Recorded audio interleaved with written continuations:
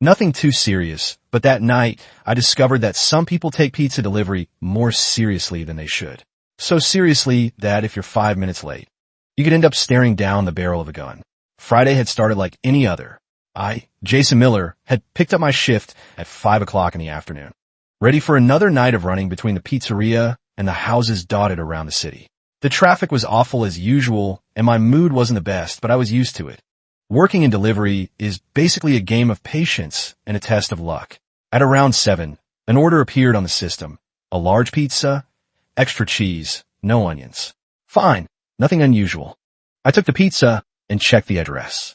It was one of those upper middle-class neighborhoods where the houses have impeccable lawns and private property signs on every corner. Just to remind you that no one there is very interested in social interaction. I delivered there a few times before.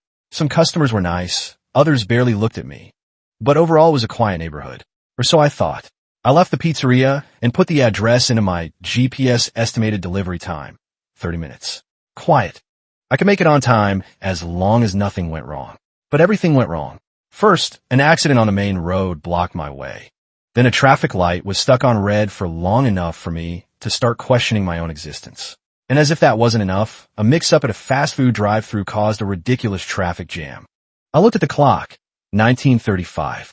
Damn, I already knew I was going to be late, but seriously, 5 minutes isn't the end of the world. Or at least, it shouldn't be. As I neared the destination, I noticed my coworker Mia's scooter parked a few houses down.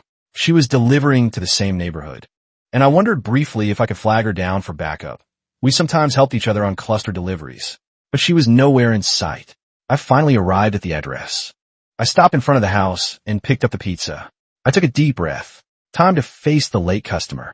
I rang the bell and waited. The door opened almost immediately, as if the person on the other side had been waiting there, timing every second. And then I saw her. You know those people who, just by the way they look at you, you could tell it's going to be a problem? Well, that's exactly how I felt. Victoria Harrington was standing in the doorway, looking at me as if I'd just run over her dog. Before I could even open my mouth to apologize for being late, she made an irritated noise with her mouth and crossed her arms. I looked at her, then I looked at the pizza in my hand, then back at her. She didn't say anything for a few seconds, just stared at me. The silence became uncomfortable. Finally, I decided to break the ice. Sorry I'm late. The traffic was a bit complicated. Nothing. No reaction. Then, without warning, she let out an exaggerated sigh, the kind that sounds rehearsed, and shook her head. You're late, she said, as if I didn't know. Yes, ma'am, I'm sorry. More silence. For a second, I thought she was just going to take the pizza and send me on my way, maybe mumble something and leave a bad review on the app. But no, she didn't take the pizza. She didn't pay. She just stood there, looking at me as if she was deciding what to do. And that's when I realized that this delivery wasn't going to be like the others. I still didn't know how bad things were going to get, but I already felt that I was caught up in something very, very wrong. Victoria was still standing there at the door, not picking up the pizza, not paying, not saying anything other than that contemptuous "you're late." I've dealt with angry customers before, but usually they just complain, huff and puff, and get on with their lives. But Victoria, she seemed to take being 5 minutes late as a personal affront. I stood there waiting, holding the box more and more uncomfortably. Was she expecting a more dramatic apology? Did she want me to get down on my knees and beg forgiveness for my unforgivable failure? Just then, I saw Mia walking back to her scooter down the street. She glanced over, clearly recognizing the telltale signs of a difficult customer, and changed direction toward me. Mia was our most experienced driver, a 30-something woman with tattoos covering both arms and a no-nonsense attitude that had defused many tense situations. Management usually paired us newer drivers with her on busy nights. Ma'am, can I leave the pizza? I tried again because maybe Victoria was just playing a mind game with me. She stared at me for a few more seconds, her eyes as cold as ice. Then, without warning, she took a step back and slammed the door in my face. I blinked a few times, trying to understand what the hell had just happened. Did she just leave without picking up the pizza? Without paying? Mia reached me just as the door slammed. Problem with the Harrington place? She asked, her voice low. That woman's notorious. She's gotten 3 drivers fired for rudeness in the past year. Great. Now she tells me. She slammed the door in my face. I explained. Didn't take the pizza. Didn't pay. Classic Victoria, Mia nodded. She'll probably call the manager in 5 minutes claiming you were inappropriate. Want me to stay? I stood there on the porch, not knowing whether to ring the doorbell again or accept defeat and take the pizza back to the store. I was already tired, hungry, and the last thing I wanted was to go back to the pizzeria with yet another canceled order. I took a deep breath and decided to try one more time. You go ahead, I told Mia. I've got this. I'll just try one more time. Your funeral, she said with a shrug, but stayed nearby, pretending to check her delivery app. I raised my hand to ring the bell, and that's when the door opened again. But this time, Victoria didn't come back empty-handed. The metallic sheen on her hand made my heart stop for a second. She was holding a gun. Time slowed down. My mind short-circuited. I had never seen a gun this close up, let alone pointed in my direction. My body froze. I didn't know whether to run, whether to say something, whether to stay still. I could only feel my heart hammering in my chest as panic began to take over. Oh shit! I heard Mia gasp behind me, followed by the sound of her dropping her phone. Victoria didn't say anything. She just stood there holding the gun with an expression of pure contempt. My breathing became short. Cold sweat began to trickle down the back of my neck. I tried to understand the logic behind it. What was going through this woman's head? Who in their right mind thinks that being 5 minutes late justifies pulling out a gun? I wanted to ask her what she was doing, but deep down I knew I didn't want the answer. Then suddenly, before I could react, she raised her arm. I squeezed my eyes shut, expecting the worst. And then the shot. The noise was deafening, a bang that made my ears ring. But I was still standing. I was still breathing. I was still alive. I opened my eyes slowly, not believing that I hadn't been hit, and it was only then that I saw it. The smoke coming out of the gun, the lid of the pizza box blown off, cheese and sauce all over my uniform. She'd shot the pizza. Yes, the woman literally pulled out a gun and shot the pizza I was holding. What the actual hell? Mia screamed, having ducked behind a decorative shrub. Are you insane? Lady, I stared at the destroyed remains of what was supposed to be her dinner. My brain refused to process it. The smell of gunpowder and pepperoni mixed in the air was so absurd that it almost seemed like a prank. Victoria slowly lowered her gun. Look at the mess, she said, as if she had just won some kind of personal war, as if she had just taught a great lesson to me, to the universe, to delivery people all over the world. My mind was screaming at me to run, to get out of there as quickly as possible, but my body was still stuck in shock. Then, as if the situation couldn't get any worse, I heard the sound of tires screeching in the driveway. A black BMW pulled up, and a well-dressed man in his 40s jumped out. Victoria, what was that? Did I hear a gunshot? His voice was panicked. Nothing to worry about. Trevor. Victoria called to him, not taking her eyes off me, just teaching someone a lesson about punctuality. That's when I realized that she wasn't finished yet. She looked at me again, and, with the same disturbing calm, she raised the gun once more. If I had to choose the most terrifying moment of my life, it would be that, standing on a stranger's porch with pieces of pizza scattered on the floor and an armed woman staring at me, as if I were the great villain of the night. I couldn't move. My body wanted to run, but my mind was still trying to understand the logic of what had just happened. I mean, who does that? Who orders a pizza, sees that it's 5 minutes late, and thinks that the only reasonable response is to unload a bullet into their dinner? Victoria, put the gun down right now. Trevor shouted, running toward us. Have you lost your mind? Stay out of this, Trevor. Victoria snapped. This person needs to learn about service standards. The smell of gunpowder still hung in the air, mixed with that of melted cheese and tomato sauce. My ears were ringing from the gunshot. My heart was beating so fast that I could hear the blood pulsing in my head. But worst of all was the look in her eyes, a cold, calculating look, as if she was deciding what to do with me now that the pizza was dead. It was at that moment that my brain finally kicked the survival instinct into overdrive and shouted, "Get out of there now, you idiot!" I took a step back, very slowly, as if any sudden movement might make her decide that my head would be the next target. But Victoria didn't move. She just stood there, taking a deep breath, her fingers still around the gun, as if she was deciding whether it was worth spending another bullet on something other than my pizza. Trevor had reached us by now, his face pale with shock. Victoria, give me the gun. His voice was controlled but urgent. You've made your point, whatever it was. This has gone far enough. He was late, Trevor, Victoria said, as if that explained everything. 5 minutes late. With our dinner. And it was at that very moment that the worst possible thing happened.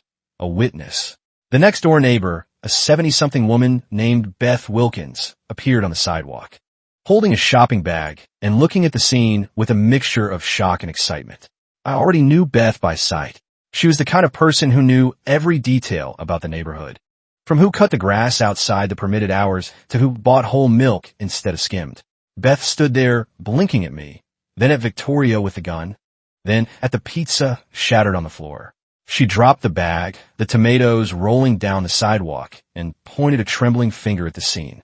Oh my God! It was like pressing an alarm button in the middle of a burning building. Victoria, who until then had been immobile, turned to Beth with the same expression, as if she had been caught red-handed but still thought she had a way out of it. Beth, on the other hand, was already pulling her cell phone out of her purse with frantic fingers, her glasses crooked on her face as she muttered something about calling the police right now. For God's sake, Victoria, Trevor shouted, no longer trying to be calm. What have you done? Mia had recovered her nerve and was now on her phone too, presumably calling the police or her manager, or both. Victoria squeezed her eyes shut, her jaw clenched.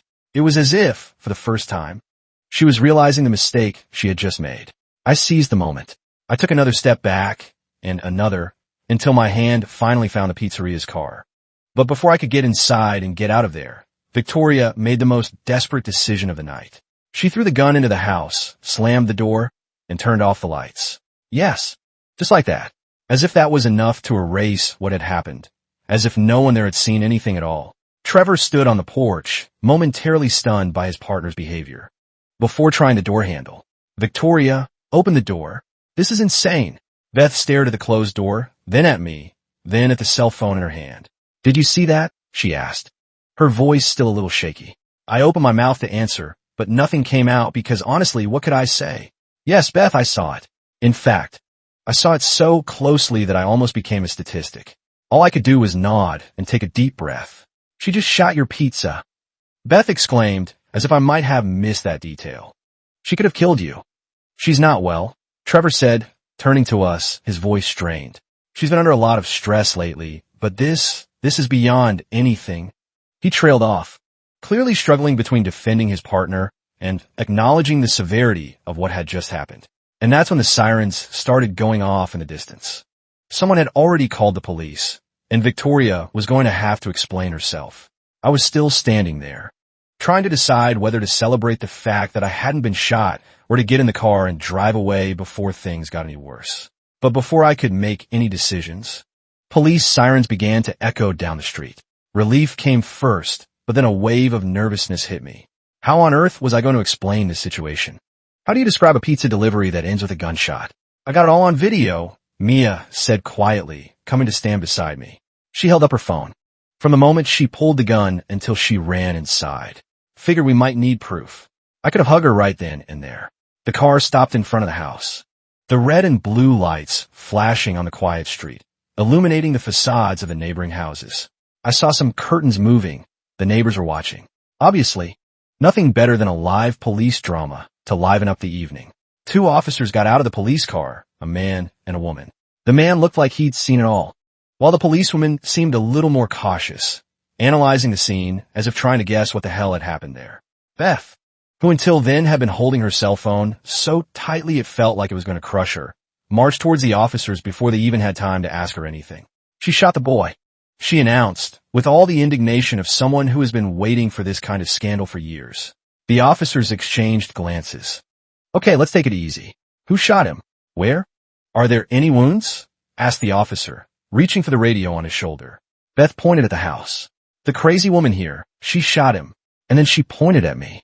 Well, not at him, but at his pizza. The policeman froze for a second. I just closed my eyes and sighed. That was it. This was my life now. I was officially part of the most ridiculous story those cops would hear that week. The policewoman frowned. She shot the pizza? Exactly, Beth confirmed, arms crossed as if she were taking a solemn oath in court. It's my fault, Trevor interjected. I've been enabling her behavior for too long. She's been getting more extreme in how she handles disappointments. That woman pointed a gun at the delivery guy and shot the pizza he was holding, Mia added, stepping forward with her phone. I have it all on video. The officer stared at me as if to confirm whether this was serious or whether he had been sent to record a prank. That's about right, I muttered, pointing to the remains of cheese, sauce, and cardboard scattered on the porch floor. The policeman remained silent for a few seconds, absorbing the scene. The policewoman walked over to the pizza wreckage, bent down, and looked at the bullet hole in the floor. The other officer took a step towards the door and knocked firmly. Police! Open the door. Silence. I knew Victoria was still there. She had simply turned off the lights and thrown the gun inside, as if that would magically make everything disappear. The officer knocked again, this time more forcefully. We know you're there. We need to talk. Now. More silence. It was only after a full minute of tension that we heard the sound of the lock unlocking. The door opened slowly, revealing Victoria, who until 10 minutes ago had been deciding whether or not to shoot me. Only now, she had a new plan. She leaned forward, pointed her finger directly at me, and unleashed the most ridiculous accusation anyone could come up with at that moment. He tried to mug me. That was it. That was enough for me to lose faith in humanity for good. Beth let out an indignant scream, so loud that a dog next door started barking. Mia's jaw literally dropped. Are you kidding me? I have video. Trevor looked completely defeated. Victoria, please stop. This is already bad enough. The policeman exchanged glances and then looked at me. I just blinked a few times, not believing it. The policewoman sighed and crossed her arms. So you're saying that the delivery man tried to mug you? Victoria put a dramatic hand to her chest, as if she were a wronged heroine. Yes, he showed up here demanding money for the pizza. But I never ordered any pizza. When I refused to pay, he got aggressive, started shouting, and I feared for my life. A few neighbors had ventured out onto their lawns now, watching the spectacle unfold. To my surprise, a couple of them were nodding along with Victoria's ridiculous story. She's always been so nice to us, one woman murmured. Maybe it's a misunderstanding? Did you see the state of that delivery guy? Another replied. Looks kind of shifty to me. The other policeman looked at me, waiting for an answer. I just laughed. It wasn't a happy laugh. It was the laugh of someone who's in a nightmare and doesn't have the energy to fight the absurdity of the situation. I took a deep breath and put my hand in my pocket. I still have the receipt here. I pulled out the paper, crumpled but legible, showing her name, the address, the time of the request, all neatly recorded. The policeman took the paper and looked at it. Then he turned to Victoria. Ma'am, why exactly is the pizza you say you didn't order scattered around your porch with a bullet hole in it? Her face contorted. She opened her mouth to speak, but no words came out. For the first time that night, it seemed that reality had finally knocked on the door. Seriously, check my phone. Mia insisted, showing the officers. She pulled a gun on Jason and shot the pizza while he was holding it. He could have been killed. That's not. I didn't. He was threatening me. Victoria sputtered, looking desperately to Trevor for support. But Trevor had had enough. Officers, I want to apologize on behalf of my household. Victoria has been dealing with some issues lately. I'm not excusing what happened, but I'd like to make sure she gets the help she needs. Beth, who was in a state of pure indignation, threw her hands up in the air. Not only had she ordered the pizza, she shot it because it was 5 minutes late. What more do you want? The silence that followed was long and awkward. The police seemed to share the same thought. How do we explain this in the report? But there was nowhere to run. The policewoman stepped forward. Ma'am, we need you to come with us for clarification. And that's when I knew that, for the first time all night, something fair was finally happening. Wait, you're arresting her? A neighbor called out. For a pizza? This is ridiculous. She pulled a gun on a delivery person. Another neighbor countered. What if it had been your kid delivering that pizza? The neighborhood was literally dividing into factions before my eyes. Team Victoria versus Team Common Sense. I never thought I'd deliver a pizza and leave with a story like this to tell. But there I was, standing on the sidewalk, watching Victoria being put into the car while the officers tried to keep their composure in the face of the most ridiculous situation they'd probably faced that week. Neighbor Beth was still indignant, with her arms crossed. She watched the scene as if it were a live episode of her favorite cop show. Victoria, who until then had tried to play the wrong victim, now seemed to finally realize that things weren't going the way she wanted. Even so, she tried to maintain her pose. This is abuse. I was only protecting myself. He was aggressive. She protested as they led her to the police car. The policeman who was putting the handcuffs on her just took a deep breath. Ma'am, we have a witness, a receipt, multiple witnesses, a video, and a pizza full of holes on the lawn. It's going to be hard to convince anyone that you're the victim here. Victoria snorted, turned her face away, and refused to say anything more. Me? Well, I was still standing there, covered in tomato sauce, holding a crumpled receipt, and trying to understand how my Friday had ended like this. Trevor approached me, looking genuinely remorseful. Jason, I'm so sorry about all this. I'll pay for the pizza, obviously, and any cleaning bills for your uniform. And, look, I know this is a lot to ask, but if there's any way you'd consider not pressing charges. Are you kidding me? Mia interrupted before I could respond. She could have killed him. The policewoman approached me, jotting down a few things on a pad. We'll need you to go to the police station later to give an official statement. I nodded, still a little numb from the shock. Yes, of course. No problem. Looking at the state of my uniform and what was left of the pizza, I realized that I needed two things right now. A shower and a new career. Beth, who until then had been quiet for the first time all night, finally turned to me and let out the best sentence I could have heard in that situation. The least that crazy woman can do is pay for the damn pizza. I laughed. For the first time that night, I actually laughed, not because the situation was funny, but because I simply couldn't believe what had happened. The officers put Victoria in the back of the car and closed the door. Trevor stood on the lawn, watching with a mixture of embarrassment and concern. The policewoman looked at me again. Do you want to file a formal complaint? I looked at the remains of the pizza, at the porch with the bullet hole, and then at the whole neighborhood watching from their windows. Mia looked at me expectantly. Trevor looked hopeful for leniency. The neighbors seemed divided. Some clearly thought Victoria was getting what she deserved, while others seemed to think this was an overreaction to a simple misunderstanding. Of course. Beth clapped her hands in approval. I hesitated. Part of me felt Trevor's plea had merit. Maybe Victoria did need help more than punishment. But then I remembered the cold look in her eyes as she aimed the gun, how casually she'd endangered my life over 5 minutes. Yes, I said firmly. I want to press charges. Nobody should have to fear for their life over a pizza delivery. The officers got into their car and drove away, taking Victoria, who had almost turned a simple delivery into a murder case. I stood there for a moment, just breathing, trying to understand how a 5-minute delay had become an event worthy of the police news.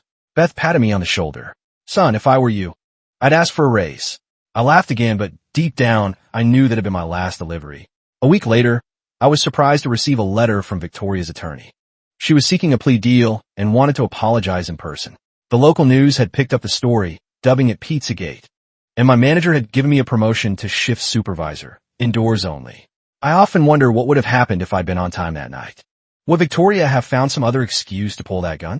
Would some other delivery driver have faced a wrath eventually? All I know is that now, whenever I order pizza myself, I always tip well and never, ever complain about timing.